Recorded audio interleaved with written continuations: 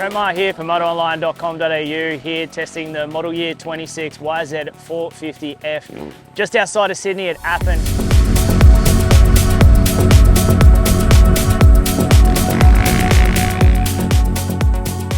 A very challenging track to say the least to test these bikes out, but it definitely has been a track that we really got to see what the new 26 range YZ450Fs can do. Today, started with a base model bike and just kind of rode it, and then from there made some adjustments to kind of suit the rider. And a couple of things that Yamaha are known for is obviously the engine, and that's where I wanted to start with this. Made some changes to the bike, and because they have the Yamaha tuning app, I was able to get my own app together, put my own setting into the bike, play around with a few different settings and really adjust the power to what I want. And for me, I like a little bit more of an aggressive motorcycle, so I could really put some power into the bike to get it to where I want it to be. But with that app, the beauty of it is if you want a little less power, you want your power in a different part of the engine, you can play around with it in that app and you can get it to a point where you're comfortable with your motorcycle.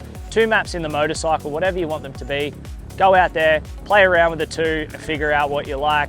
And again, if you have a track that's a little more hard pack, you want to take some power out, you put that on map 1, a little less power, ride with map 1, or you can have an aggressive map 2. So it's a feature of the Yamaha that's been around for a lot of years, but with this new 26 for me, I wanted a little bit more power off the bottom, getting in the app, being able to tune it straight away, found the comfort in the engine and was able to then, you know, play around with the characteristics of the motorcycle from there.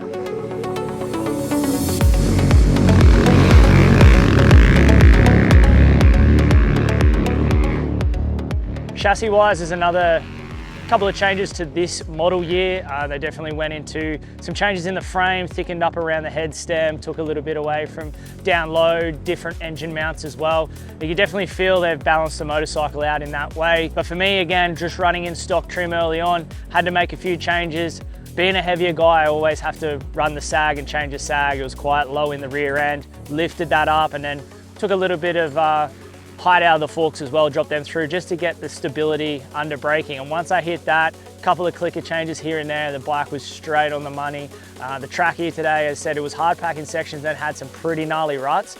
So transitioning between the 2, the bike handled both sets of conditions well. And now for this year as well, the shock also has an adjustability on the fly toggle, so you can just go there, change your clickers as you're riding around on the track on your compression, and again, change your bike while you're out there on the track. The 26 Yamaha have gone away from the cable clutch and now we have the hydraulic clutch on the 450. For me, I had to do a little bit of adjustment with the lever position just to get the pull range right and to get the feel of the clutch in the position that I wanted to. Stock had come quite far out, which meant the clutch release was quite far out. So going to the hydraulic clutch, some people like hydraulic clutches, some people don't, but for Yamaha, they've moved to it for the 26 and definitely another upgrade to the range as well.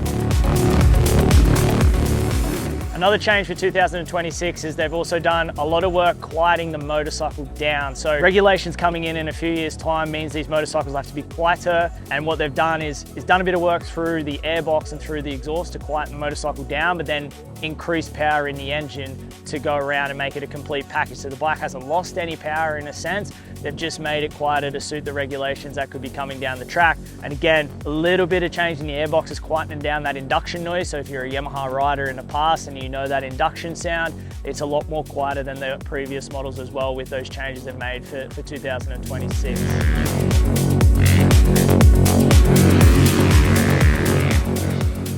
So for me, the Yamaha YZ450F definitely is a motorcycle that if you like a lot of engine, this is the motorcycle for you. But again, with the tunability of the app, anybody can hop on and ride it.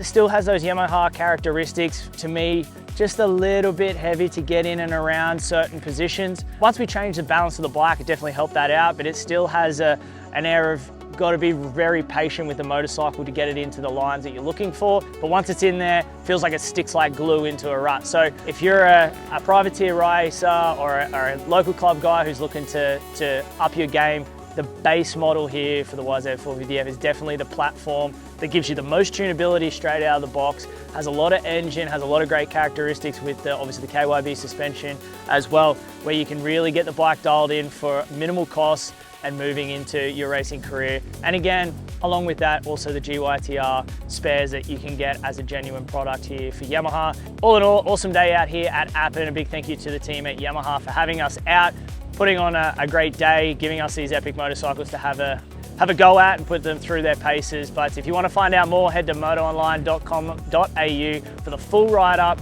from myself, and yeah, check it out.